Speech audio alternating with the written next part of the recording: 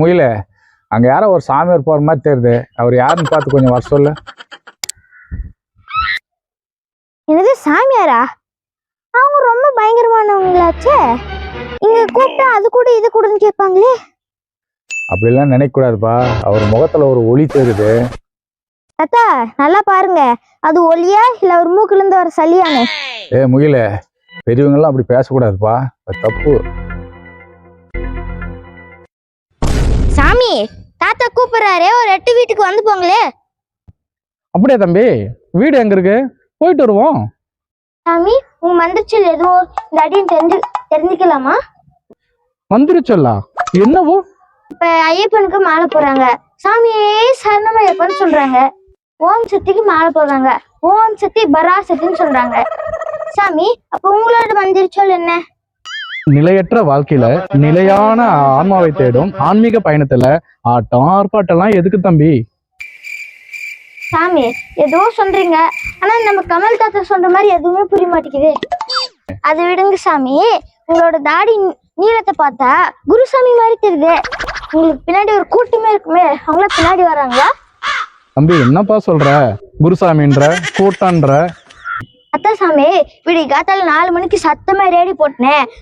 ஊர்ல இருக்க ஒருத்தரோட தூங்க விடாம பண்ணுவாங்கல்ல, அதுக்கப்புறம் படிக்கிற பசங்களை படிக்க விடாம சத்தமா ரேடி போட்டு சாமி சாமின்னு சொல்லுவாங்களே, அந்த மாதிரி ஏதோ இருக்கும். தம்பி ஆன்மீகன்றது அமைதியை தேடி போறது தானே தவிர இதுல சத்தம் போட்டு அடுத்தவனை தொந்தரவுப்படுத்தி அதுல சந்தோஷம் காண்றது ஆன்மீகம் இல்ல தம்பி. புரிதல் இல்லாத சில பேர் பண்றாங்க. இந்த அடியன் அப்படி இல்ல தம்பி. ஐயா என்ன ஏதோ பார்க்கணும்னு சொன்னீங்களா? என்ன விஷயமா? சாமி எங்கேருந்து வரீங்க? உங்களை எதுவுமே பார்த்ததே இல்லையே, புதுசா தெரியுதே.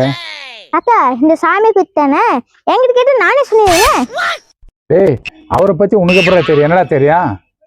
என்ன இது கூடவா தெரியாது? எங்க வேலை வெட்டிக்கு போவாம சும்மா ஊர் சுத்தின்னு கிடப்பாரு, அதுக்கு வீட்டுல இருந்து துரத்தி விட்டுருப்பாங்க. அப்படியே சாமியார் வேஷம் போட்டு திரியத்தான். அப்படி பச்சையா சொல்ல முடியாது, ஒரு யூகமா சொல்லலாம். பெரியவங்களெல்லாம் அந்த மாதிரி சாதாரணமா நினைக்க கூடாதுப்பா. அதெல்லாம் 2-3 கொண்டாடி கட்டிப்பாரு, அவங்க தொழில் தாங்க முடியாம ஓடி வந்துருப்பாரு. வேற என்ன வரலாறு ஒரு பத்தி இருக்கு போது? வாய மூடுறா, பெரியவங்களை அப்படிலாம் பேசக்கூடாது. ஐயா நீங்க சொல்லுங்க. இந்த புனிதமான உடையில யாரோ சிலர் பண்ற தப்பின் காரணமாக இந்த உலகம் எல்லாரையும் அதே மாதிரி பாக்குது. இதுல எனக்கு எந்த வருத்தமும் கிடையாது. உள்ளதை தான் குழந்தை சொல்றான். ஐயா இந்த பையன் சின்ன பையன் பேசுறத பத்தி எதோ மனசுல வச்சுக்காதீங்க. அவனுக்கு ஏதோ கொஞ்சம் புத்தி வர மாதிரி 4 அறிவுரை சொல்லிட்டு போங்க. தம்பி ஒரு பேனாவும் ஒரு பேப்பரும் கொடுத்தான்.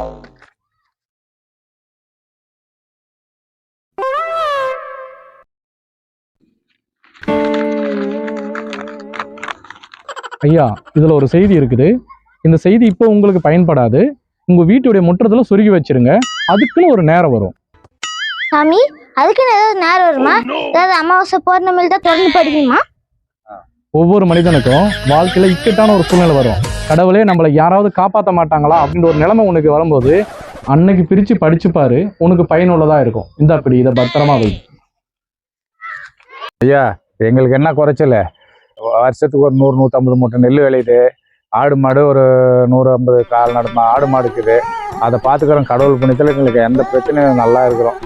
எங்களுக்கு எந்த குறையும் இல்லை, அதே எங்களுக்கு போதும். ஐயா இந்த அடியன் உத்தரவு வாங்கிட்டுமா? A few years later. என்னப்பா பையோட நிக்கிற? விவசாயம் நம்பி எந்த பிரயோஜனமும் இல்லை. விவசாயத்தை தொடர்ந்து செஞ்சு கடன் மட்டும்தான் மிச்சம். நம்ம பொருளுக்கு நம்மளால வேலை நினைக்க முடியல. ஃப்ரெண்டு ஒருத்தர் சென்னையில் கடையில் வேலை செய்கிறாராம். அவர் கடையிலே ஏதோ ஒரு வேலைக்கு ஆள் தேவைப்படுதான். இந்த விவசாயத்தில் ஏற்பட்ட கடனை தீர்க்க தோசை அங்கே போய் சென்னையில் போய் ஒரு வேலை செஞ்சினாச்சும் தீர்க்கலான்னு முடிவு பண்ணிட்டோம்பா. சென்னைக்கு போயிட்டு வரோம்பா. அப்படியா? சரி போயிட்டு வாப்பா.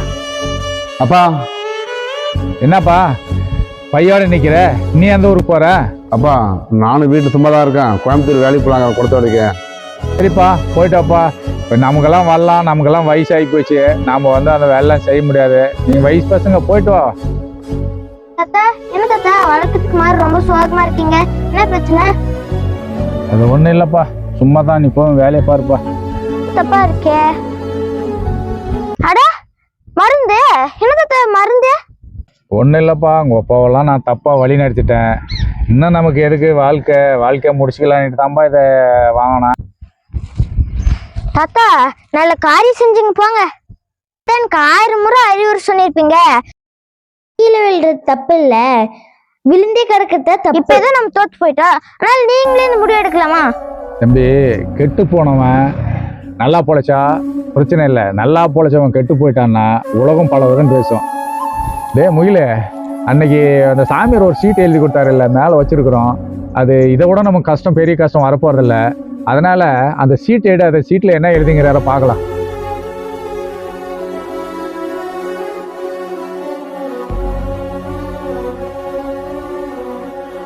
தாத்தா, எல்லாம் சில காலம்தான், இன்பமோ துன்பமோ, அப்படித்தான் இதுல எழுதியிருக்கு. இதுல இருக்கிறது உண்மைதான்பா. நமக்கு இருக்கிற கஷ்டம் சில காலம் தான். அவர் உண்மையாதான் சொல்லியிருக்காரு, அதை தான் சீட்ல எழுதி கொடுத்துட்டு போயிருக்காரு. உங்க அப்பா தான் பேசுறாரு, பேசு. ஹலோ அப்பா, அப்படியா? சரிப்பா. சரி சரி. சரிப்பா. ஓ அங்கே நான் தாத்தா கிட்ட பேசுறேன்ப்பா. சரி. ஏப்பா, உங்க அப்பா என்ன சொல்றாரு போன்ல? அது ஒண்ணும் இல்லை தாத்தா, அப்பா சென்னையில பெரிய காய்கறி மார்க்கெட்ல வேலை செய்யறாராம். அங்க இருக்க முதலாளி வந்து ரொம்ப நல்லவராம். அவர் வந்து நம்ம கடையெல்லாம் கேட்டுட்டு, நீங்க பேசாம ஊர்லயே ஒரு கடையை வச்சிடலாம்ல, இயற்கை முறையில விளைய வச்ச காய்கறிகளுக்கு இன்னைக்கு ரொம்ப டிமாண்டா, இங்க ஏரியாலயே ஒரு கடை வைங்க, நான் அதுக்கான உதவி என்ன செய்யறேன், இது உங்க தாத்தா கிட்ட சொல்லணும்னு சொன்னாரு. உண்மைதான்பா. நாம எங்க தொலைச்சோமோ அங்கத்தான் தேடணும். இப்ப தெரிஞ்ச தொழில விட்டவனும் கெட்டான், தெரியாத தொழில தொட்டவனும் கெட்டான்பா. ஏற்பாடு பண்ணுப்பா. ஐயா வணக்கம், நான் புதுசா கடை ஆரம்பிச்சிருக்கேன், நீங்க வரணும், வந்து பொருள் வாங்கணும், நீங்க வரணுங்க. என்னப்பா கடை? ஆர்கானிக் முறையில விளைய வச்சு காய்கறி, அரிசி, பருப்பு, எல்லா மளிகை சாமானும் இருக்கும். இயற்கை உரம், இயற்கை பூச்சிக்கொல்லி மருந்து, இது எல்லாமே கிடைக்குங்க. எல்லா மளிகை சாமானும் தரமான விலையில நம்ம கடையில கிடைக்கும். ஊர்ல இருக்கிறவங்க எல்லாம் கடை ஆரம்பிச்சுட்டா, அது வாங்கறதுக்காக 4 பேர் விட்டு எங்கடா? ஊதுபத்தி வாயா, கொஞ்ச நேரம் அமைதியாடுறா. உன்னையெல்லாம் கடையில சேர்த்ததே கஷ்டம்டா. உன்னைய மதிச்சு கூப்பிடுறாங்கல்ல, சந்தோஷப்படுறா. நம்ம ஏற கவுன்சிலர் அண்ணா, நான் புதுசா கடை ஆரம்பிச்சிருக்கேன், நீங்க கண்டிப்பா வரணும். ரொம்ப சந்தோஷம் தம்பி. அண்ணா, உங்க கையாள்கிட்ட கடையை திறந்து வைக்கணும்.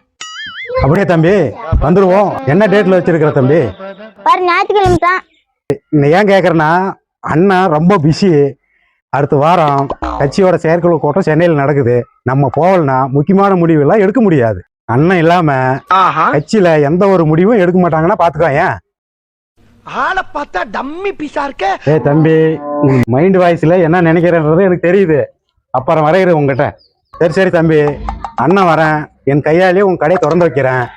நம்ம பையன் ஒருத்தன் 3 மாசத்துக்கு முன்னாடி கடத்தூர்ல கடை திறந்துருக்குறான். நமது கருப்பட்டி காப்பி, அதை நான் தானே திறந்து வச்சேன். திறந்து வச்சுட்டு காப்பி என் வாயால நான் தான் முதல்ல குடிச்சேன். கடை வியாபாரம் பிச்சுக்கிட்டு ஓடுது இல்ல, அவ்வளவு ராசி தம்பி நம்ம கைராசி. கடையை திறக்கிறோம், என் வாயால முதல்ல குடிக்கிறோம். அப்புறம் நீயே வந்து சொல்ல போற வியாபாரம் எப்படி ஓடுதுன்னு. அதெல்லாம் சரிங்க, கேக்குறதுக்கு தான் நீங்க இருக்க மாட்டீங்க, அதான் பாக்குறேன். என்னப்பா சொல்ற? நான் ஊர்ல தான் இருப்பேன். முதல்ல உங்க வாயில குடிக்கிறேன்னு சொன்னீங்க, ஆனா குடிச்சது நீங்க இருக்க மாட்டீங்க. ஏடா கடை இது? பூச்சி மருந்து கடைனா?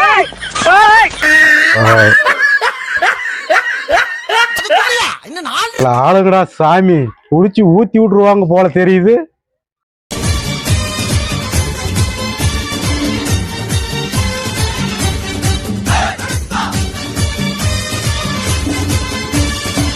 A few years later. தாத்தா, நம்ம இடையில சில காலத்துல கெட்டு போய் இப்ப மீண்டும் நல்ல நிலைமைக்கு வந்துட்டோம். நம்மள கேவலமா நினைச்ச சொந்தக்கார பந்தக்கார அத்தனை பேரையும் கூப்பிட்டு ஊருக்கே ஒரு 10 கடை வெட்டி விருந்து வைக்கிறோம். ஆமா, அப்படி வச்சிடலாம்.